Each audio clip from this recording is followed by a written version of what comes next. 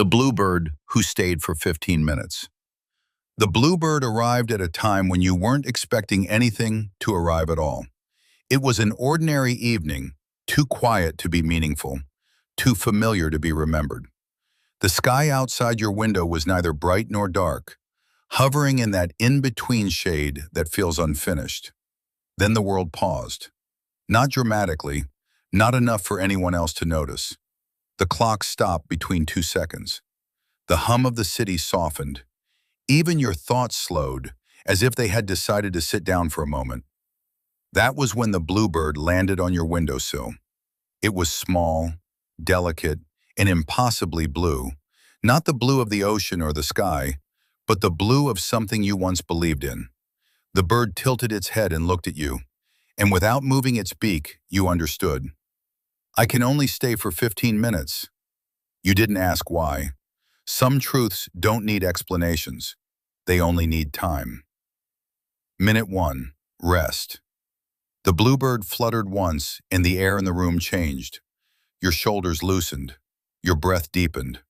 For the first time in a long while, you felt no urgency. Nothing to fix, nothing to prove, nowhere to go. The Bluebird did not ask you to be happy. It only asked you to rest. And so you did. Minute 3. The person you were. The walls faded gently, like fog lifting. You saw yourself years ago, not younger in age, but lighter in weight. That version of you laughed easily, trusted quickly, believed that effort would be enough.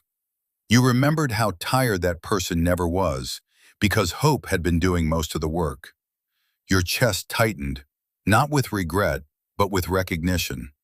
The Bluebird watched quietly, as if saying, "You haven't lost them, you've been carrying them." Minute 5. The quiet sadness.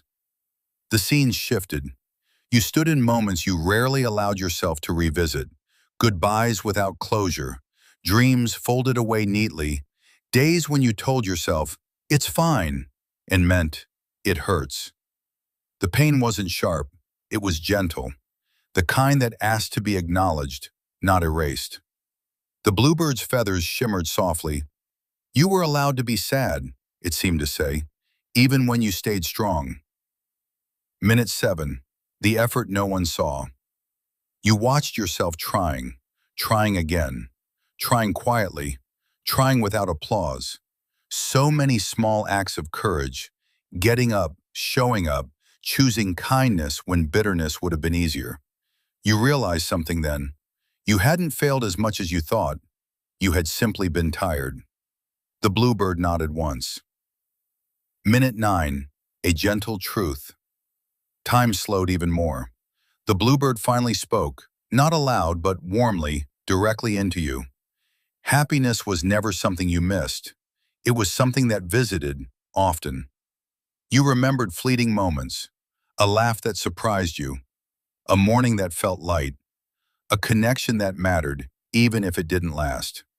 They hadn't stayed, but they had been real, and that mattered. Minute 11. The present you.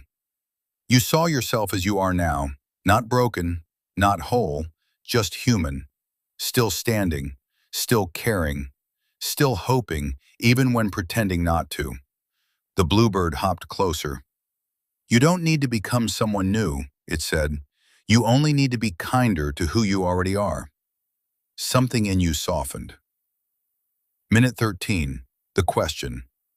You knew the time was almost over, so you asked the one question you'd been afraid to ask. Will things ever feel lighter? The Bluebird considered this, then answered, yes, but not all at once. Lightness comes in moments, like me, and you are allowed to rest between them. Minute 15. Departure. The world began to move again. The clock ticked. The city breathed. The evening resumed. The Bluebird spread its wings. Before leaving, it dropped a single blue feather onto the windowsill. Keep going, it said gently, not because you must, but because you still can. And then it was gone. You sat there for a long time. The room was the same. Life was the same. But something inside you felt held. You understood now. The bluebird does not stay. It never does. But it visits those who are tired, not to give them happiness, but to remind them that they have known it before and therefore can know it again. And sometimes that is enough to keep going.